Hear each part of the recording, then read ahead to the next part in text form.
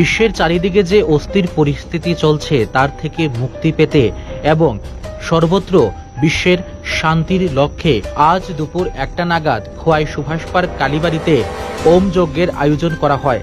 এদিন এই ওম যজ্ঞে উপস্থিত ছিলেন কলকাতা থেকে আগত মহারাজ ডক্টর অভিজ্ঞান আচার্যজি।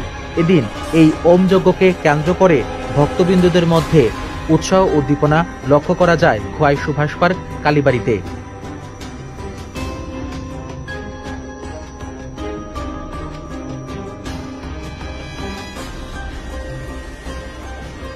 নমস্কার, আমি অধ্যাপক অভিজ্ঞান আচার্য।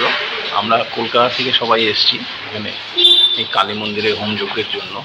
এর উদ্দেশ্য হচ্ছে বিশ্ব শান্তি। সারা পৃথিবীতে যে একটা অস্থির পরিস্থিতি চলছে, দিকে দিকে যুদ্ধ, আন্দোলন, এইসবগুলো চলছে। শনি বকরি থাকা অবস্থায় এটা থাকবে প্রায় নভেম্বর মাস অবধি।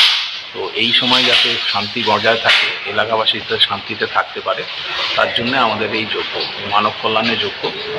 যজ্ঞেতে যাতে সবার মঙ্গল কামনা হয়, সেটাই আমাদের উদ্দেশ্য।